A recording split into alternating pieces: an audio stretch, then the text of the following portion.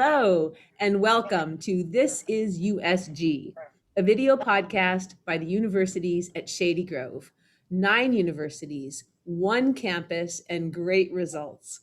I'm Khademian, Executive Director of the universities at Shady Grove. Tonight, we have a special conversation focused on 3 decades of leadership and advocacy work by the University System of Maryland's Women's Forum. The mission of the Women's Forum is to enhance the status of women, to foster networking among women, and to encourage the participation and advancement of women in all facets of the university system. The Women's Forum aims to respect and value the diversity and richness of the perspectives and experiences of all communities of women within the system. Our guests this evening are the current and incoming chairs of the Women's Forum. Let's welcome them now. First, we have Tanya Jones, who's the chair of the University System of Maryland Women's Forum. Tanya, welcome. Thank you. Hello, everyone. Nice to have you here. We also have Annie Foster Ahmed, the chair-elect of the University System of Maryland Women's Forum. Annie, welcome. Hello, thank you for having us. Thanks to both of you for joining. Let's start off with just a little bit of background on both of you. This is such a fascinating organization. You do such great work. We'll learn a lot about that tonight. But tell us a little bit about your path to the Women's Forum. What's your professional background and what brought you to leadership in the Women's Forum? Tanya, let's go with you first. Thanks, Anne. A little bit about me. I'm currently serving as the Assistant Procurement Director for Bowie State University. I've been there for almost 7.5 years, and I got involved with the Women's Forum just because of my interest in serving others and being an advocate for others. Went to my very first Women's Forum annual conference and was just truly blown away by their mission and by the leaders that were there. I felt empowered and wanted to be able to help others. I think my background has been one of being a manager to now I'm in a director's level position, that I wanted to see other women be able to come behind me and have the same opportunities that I've been afforded. And I wanted to be able to ensure that they had the skills needed to be able to transition into other types of roles that they were looking for. That's great. What a great story. Annie, what about you? What's your career path and what brings you to the Women's Forum? Yes, so I have a degree in science education. My master's is from SUNY Buffalo, and I came to Maryland to work with students, trying to get them into those careers, math and science careers.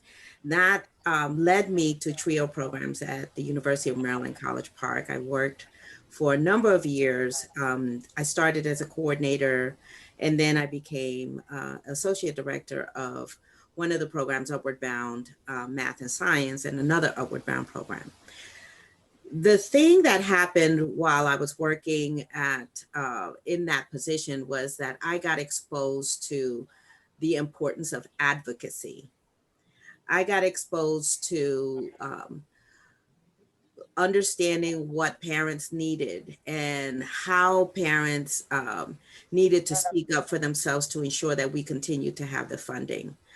When I ended up having my children, I got married, had children, I quickly got involved in the PTA once my children started in school, elementary school.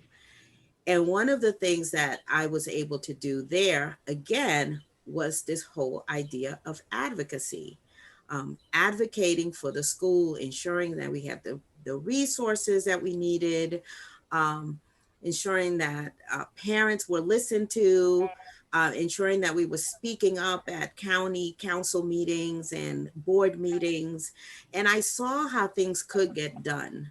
So I have the background of wanting to work with students and wanting to work with parents and advocating on that behalf, but also understanding how it happens on a county level. So when I got to the universities at Shady Grove. I am now the director of the Center for Academic Success, still working with students, helping them get to where they want to go, right? Achieving their goals. That is something that I am passionate about. Before, it was making sure that students got into college. Now I'm helping to make sure that students get out of college. But advocacy is still in my heart and it's in my soul. And so when the universities at Shady Grove said they were looking for a rep for the USM Women's Forum Executive Council, and they approached me, I thought, what better way to continue this idea of advocacy, but not just for one particular group, for more women in the system. And I've always been a fighter for women's issues anyway. So that's what led me to the Women's Forum. And I was so excited. I'm still excited to be part of the organization. And I'm excited to see that it's growing and the work that we're doing is touching many. Very exciting stories that you both have. I'm hearing from both of you a real interest in advocating for, supporting for, seeing the success of those around you as well as a big motivational factor, and that's super exciting. And both of you are drawn to the forum. So I'm wondering, the forum was created 30 years ago, I think. And Yes. so help me understand why it was created, how it was created. Was it the same kind of motivation that I'm hearing you both talk about now? What's a little bit of the history and some of the some of the motivation for bringing the forum together in the first place? Maybe Tanya, you can start off. Sure, yes. It's been about 31 years ago.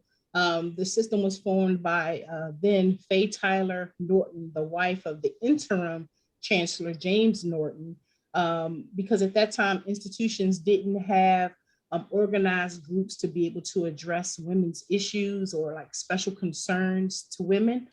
So they were formed to be an advisory group to the chancellor to be able to talk about specific issues as it related to professional development, opportunities to grow, things that were really important that are still important now. So it's really, we have evolved, but we still have a long ways to go. Annie, what are your thoughts on this? Yeah, I believe that at the time, it probably came at a time where women were trying to advance in the system and maybe did not feel that they had the support, or maybe did not feel that they have the ear of the chancellor. And what better way than to be an organized voice, right? To come together, and from each institution, we have representatives that can bring the knowledge of what's happening at that institution. And so together, we know that together we have a stronger voice. And so a lot of what's happening in the system, things were changing a lot in the county and in the system. And so the voices coming together was a way for women to kind of get their issues heard.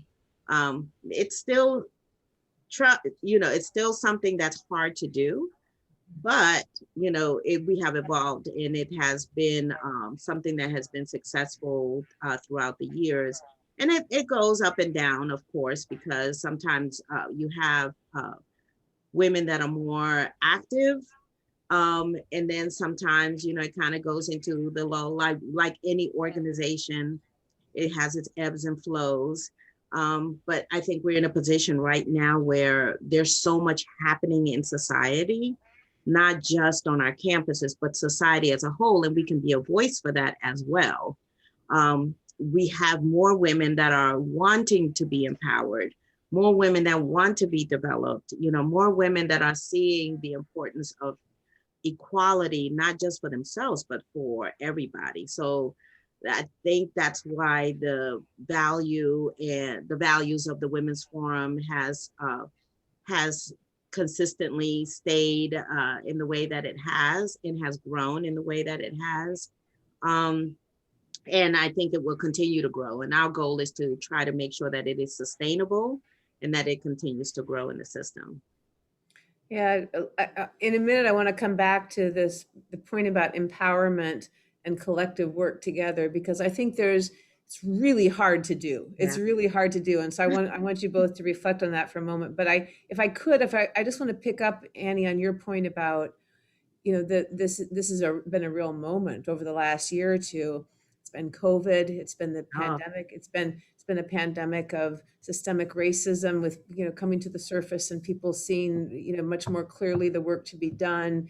It's been challenging for families working from, virtually with children at home and, caring for others. And a lot of the data shows that this burden of the pandemic has really fallen disproportionately on women. mhm. And so, how has the pandemic impacted the work of the forum? What are some of the ways in which maybe it's different issues, or maybe it's the way you all operate? But can you reflect on that a little bit, Annie? How does the pandemic influence the work that you're doing?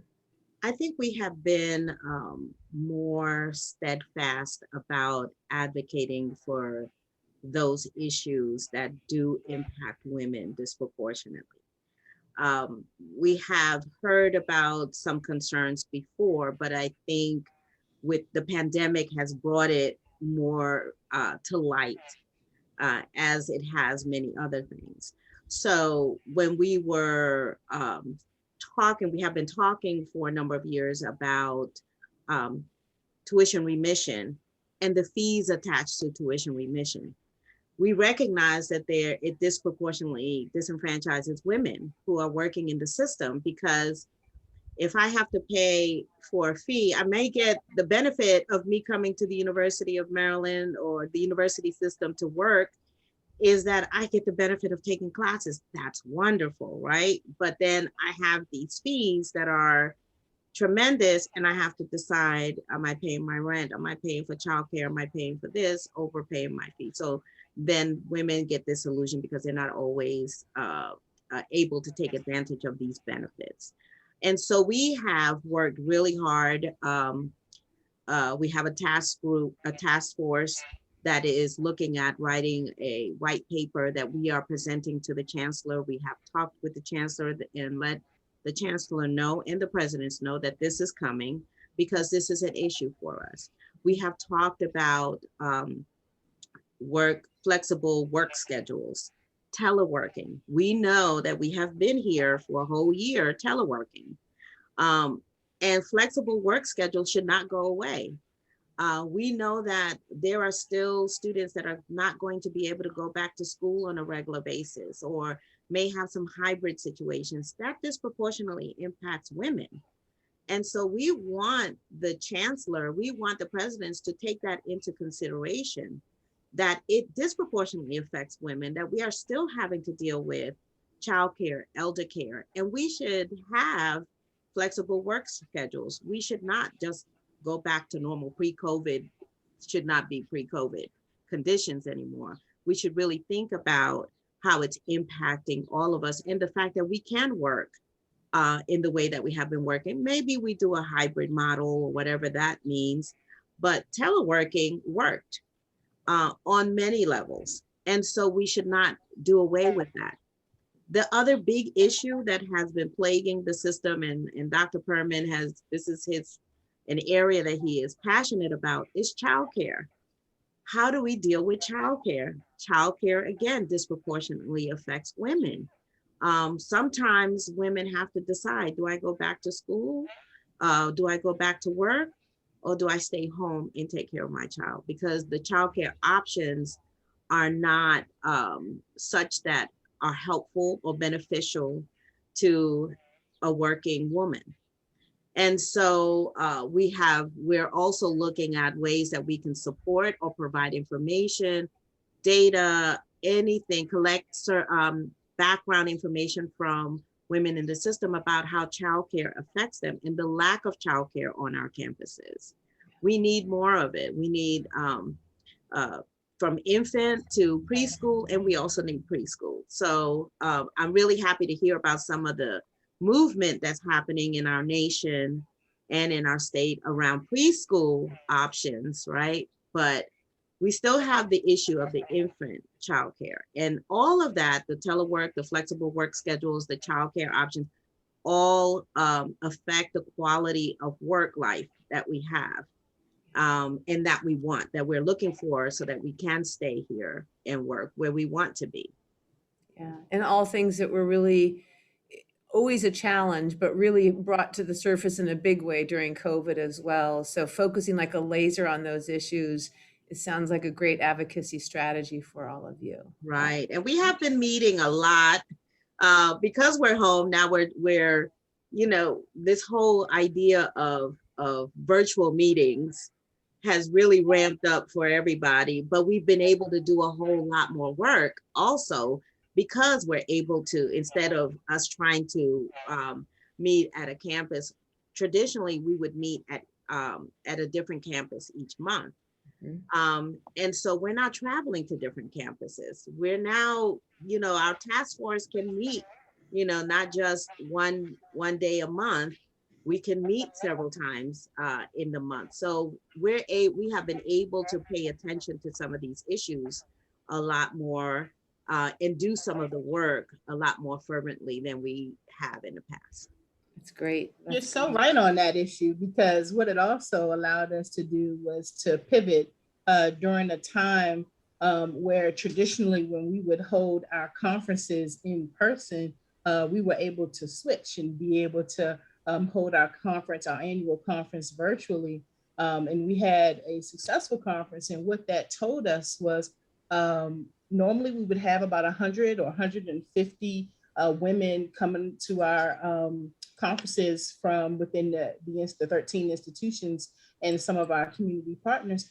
But by being virtual, it opened up a whole new world. We had 300 attendees virtual who were engaged. It was a sold out conference. We were getting people still, can we get a spot? We just didn't have the bandwidth at that time because, this was all new. We were learning ourselves as we went along. And so we found that we needed to plan differently for our upcoming conference this October, that maybe we want to look at both avenues. Maybe if it presents itself, we would want to do it in person and continue in the virtual aspect, because it allows us to be able to reach people who otherwise weren't able to attend our conferences because of the cost, or just because they couldn't travel, because it gave them a more reasonable opportunity to be able to get the professional development that we know that so many women need to be able to transition into other opportunities. So I think that this has opened up our eyes, that this is just an exciting new way of doing business. And what it also showed women was you can do more.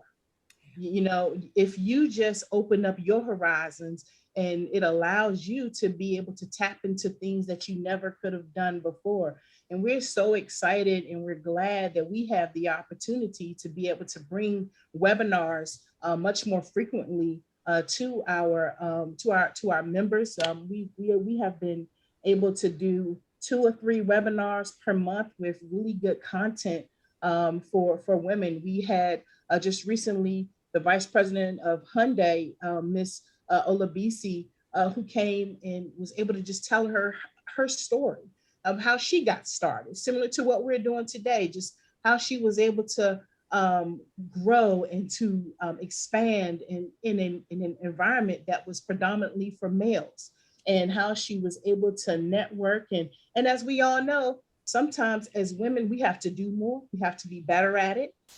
We have to be more exact and proficient with our work.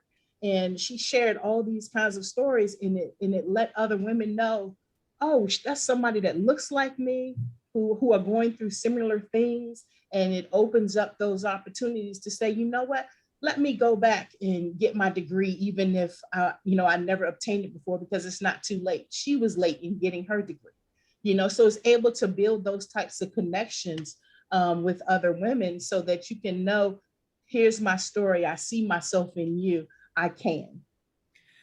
Tanya, so much in what you've just said is so interesting. There's the challenge of, you're presenting professional development opportunities, which is a huge draw for people, right? It sounds like the professional development opportunities really bring people in. But there's also, what I'm hearing in your description is there's a lot of community. There's a lot of, mentoring and just connecting with each other and really building those networks that are so essential to success as well. It's not a given that the women's forum would be successful, right? I mean, people have to be interested, people have to put the time in, people have to, it's a to use an old term from economics, it's a collective action problem, right? The women's forum is working hard on behalf of all women in the forum, but how do you get people to give their time and energy, not only as leaders, the way that you and Annie are doing, and the other members of the executive committee and committees, but also just to come to the meetings, come participate, be a representative, do the work.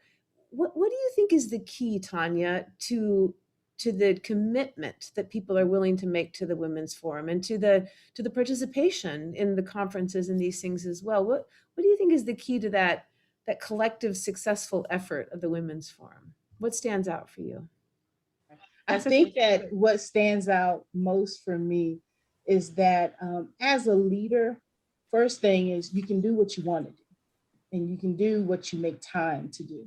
It's all in seeing the value and seeing how someone paved the way for you, and you want to pay that same way forward for someone else, to make a difference in somebody else's life.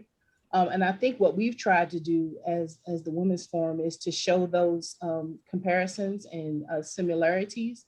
And I have to tell you, Anne, that the executives that we've reached out to, Kimberly Churches from the American Association of Universities for Women to be our keynote speaker, the Honorable Adrienne Jones, who is the House Speaker and the delegate from Maryland. When we've reached out to these people to tell them we need you, they're like, when and where, So it's like people really do get it. I think that it's like it's the Me Too movement going on right now. People really do understand that we have to help one another. And the only way we can do that is through what you just said, and through community.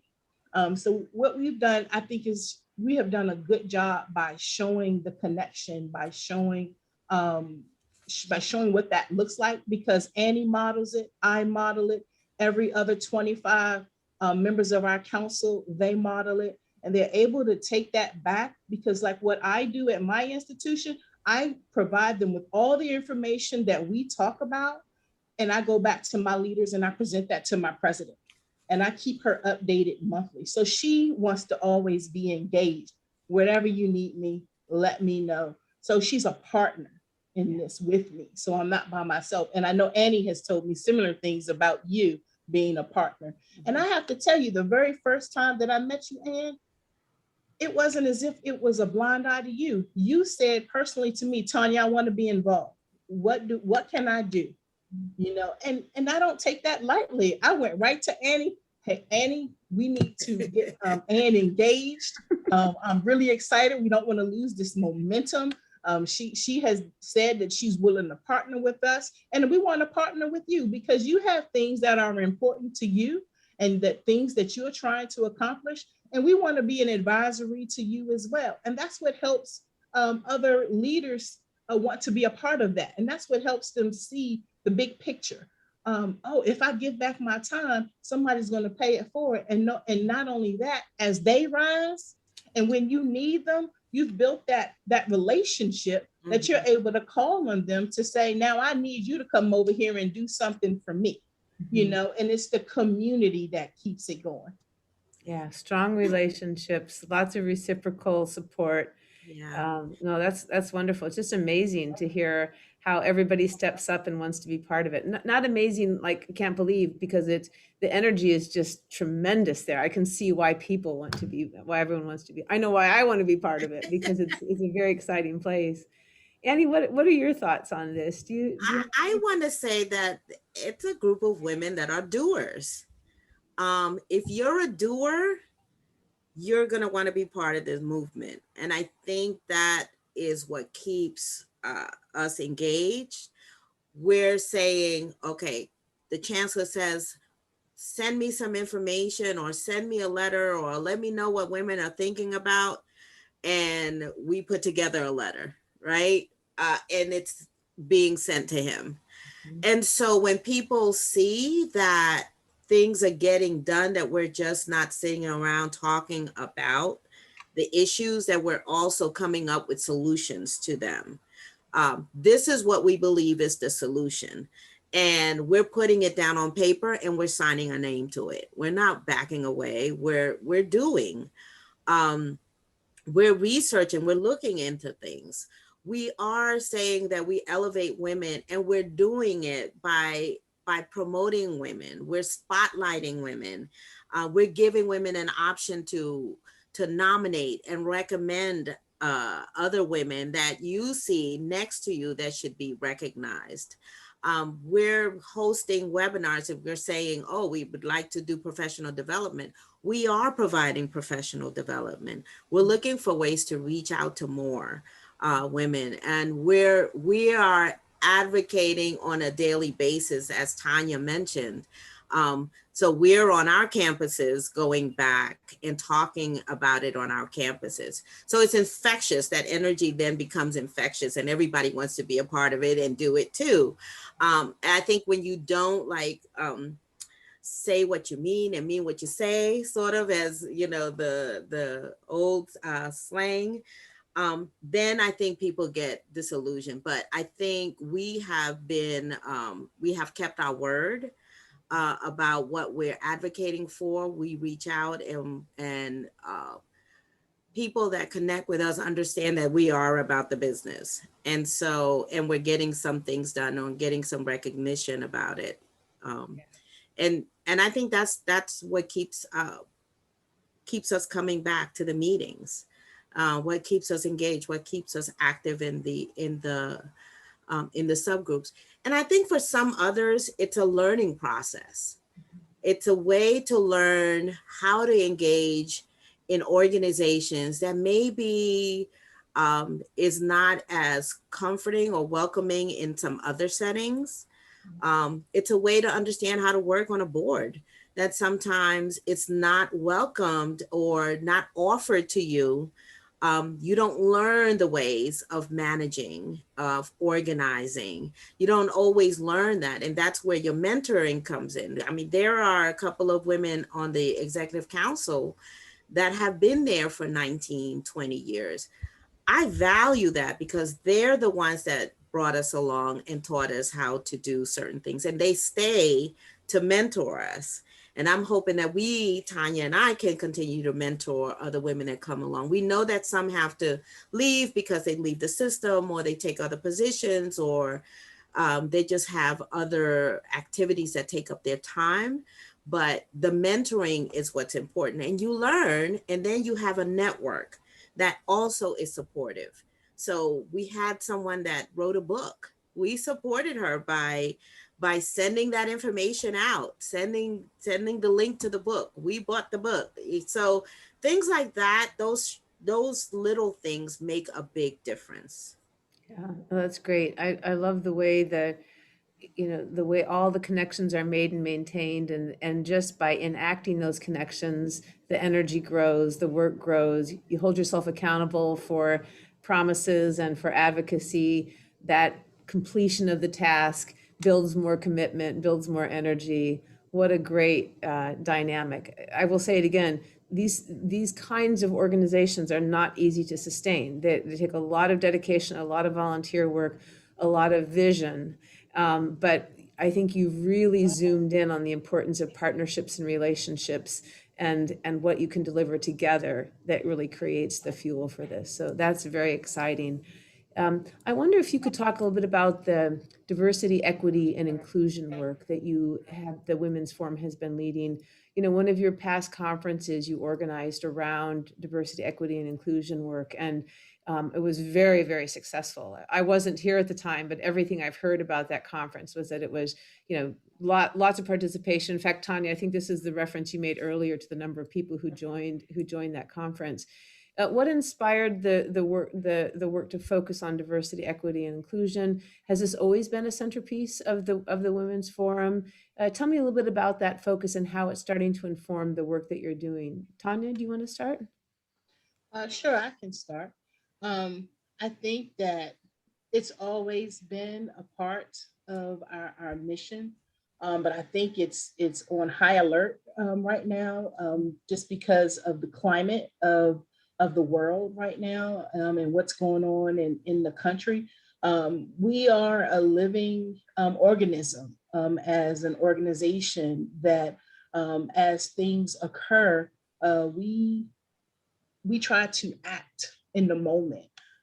So when the issue occurred with, constant issues that are occurring with African Americans, and with the conflict with the police, and just the whole sensitivity of that, we put out a statement. We wanted to stand in solidarity, with Black and Brown people, with our Asian, with our Asian Americans and family members. We wanted to be able to stand in the gap for them as well. So we put out a solidarity statement for them, just to be able to, denounce that we disapprove of what's going on, and we stand in support. And we want to be able to provide resources, which we have, and we want to be able to provide opportunities for education.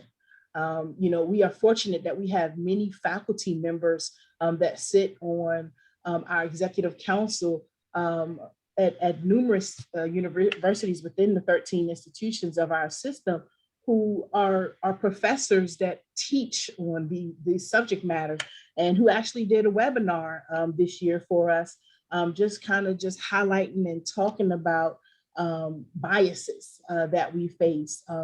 And to our amazement, but not surprise, people really turned out to talk about these difficult situations.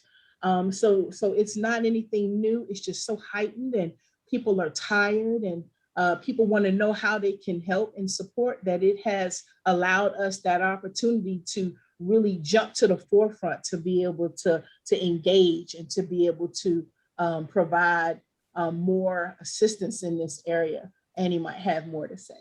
Yeah.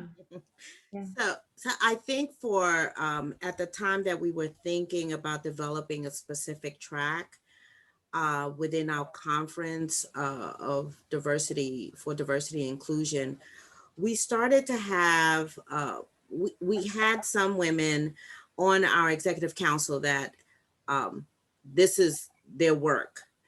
And so we had an expertise on our executive council that we didn't want to lose, and we wanted to make the best use of.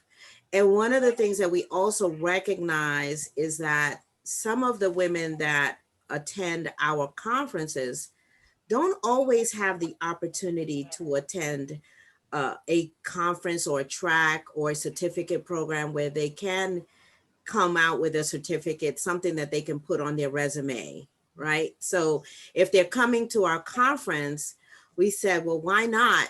They're going to be there. Why not offer this as an opportunity for women to get something that they can, for a number of hours, they can get a certificate at the end.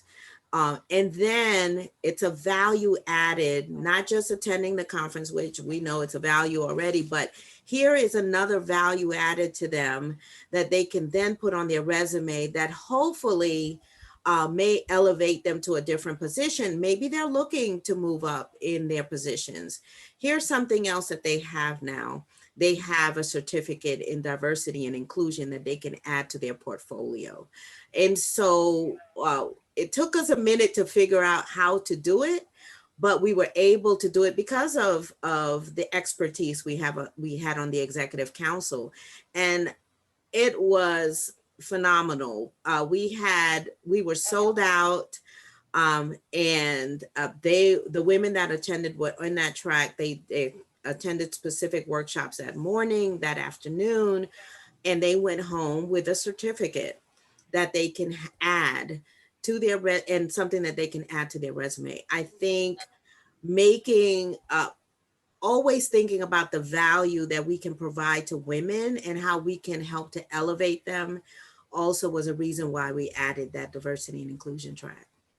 That's great. That's so exciting. It's so great to hear how you draw upon the talent and the expertise of everyone around you instead of necessarily looking outside of the forum. There's such tremendous talent within the forum, and I think that's also another key to the success as well. So that's very exciting.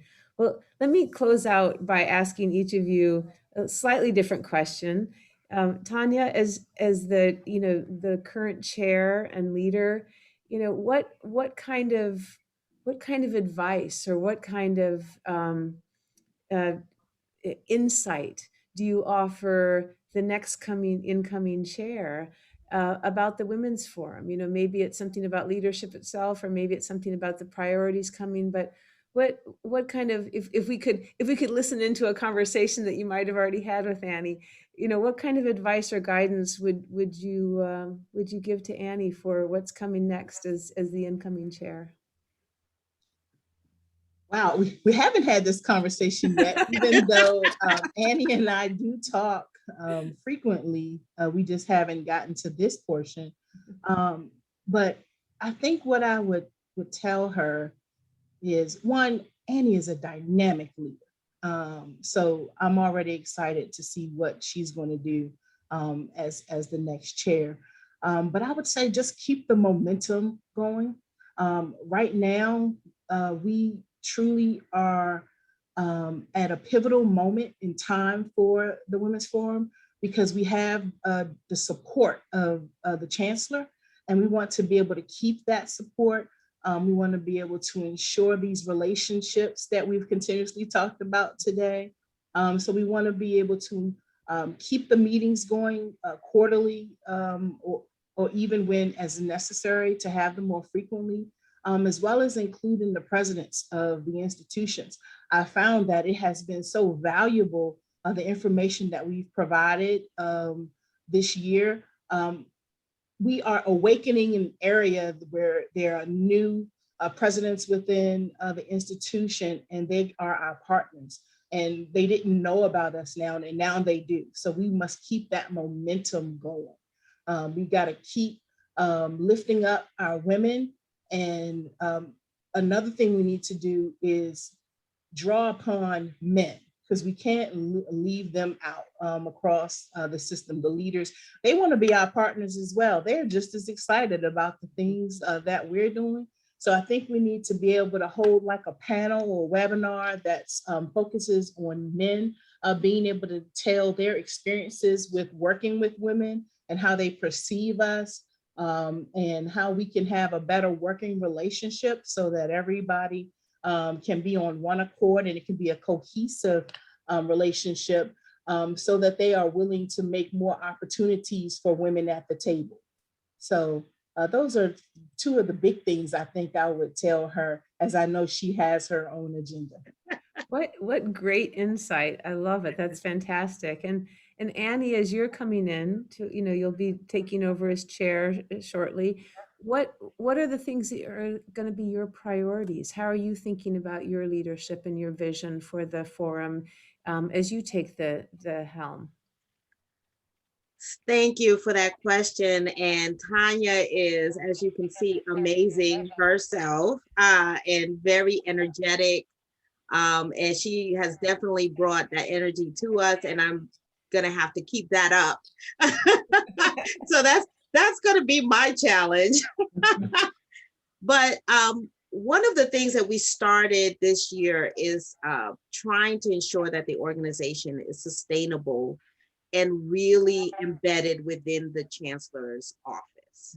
And we want to make sure that that comes to fruition. And so I want to ensure that during my tenure that those things happen. So if we're not able to get them done in the next 2 months, that those things happen. So there are some financial pieces that we're trying to establish with the foundation, because we do have scholarships that we offer, and we want we are asking the chancellor to match some of the dollars so we can increase the number of scholarships that we offer to students, staff, and faculty. We have 3 levels of scholarships, and I'm not sure that there's another organization that does that within the system.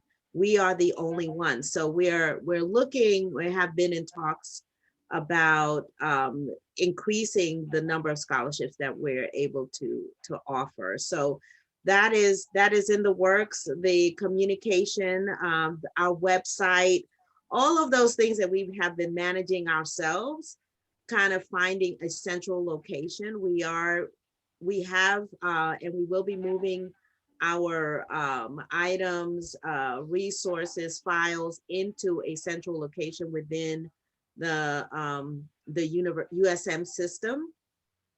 And that is a great thing because we will not be here forever. We want to make sure that those documents do not get lost. We want to make sure that 10, 15, 20 years, 50 years down the line, there is a central location. The information is not lost, because that's often what happens, right? Our history gets lost. Mm-hmm. And then others have to pick up and start all over again. So I want to ensure that that history is not lost, that we are centralized, and that goes with the recognition. The second piece is getting everyone to see the impact. I think we talk about it. We don't always show it. We don't always brag about it as much as we should, but we have had significant impact in our system. We have lots of numbers that we can show about the scholarships that we have given, the women that have come through the Women's Forum that are now in higher level positions. So we have a lot going on. And so the impact and showing that impact, putting those reports out, I think it's something that's important that we would like to see. I would like to see happen. And again, and as Tanya said, continuing the connections, continuing the work that we have been doing, expanding our conference to reach even more women and people in the system, not just women, but people in the system, because we do have a lot to offer. What a great agenda. What a great continuation of the great work that Tanya has done. You two are both extremely impressive leaders. As I said, the Women's Forum has an amazing energy and direction to it. I know you're going to continue to make a big difference in the lives of all women and men in the system. And thank you so much for the work that you're doing and for the energy and dedication that you give to this. And you know, we all benefit from a strong organization like this that has everyone's best interests in mind, but is really built on this notion of relationships and supporting and lifting each other up. So thank you both so much for all you do, and thank you for joining us tonight. Thank you for having us. Yes, yes.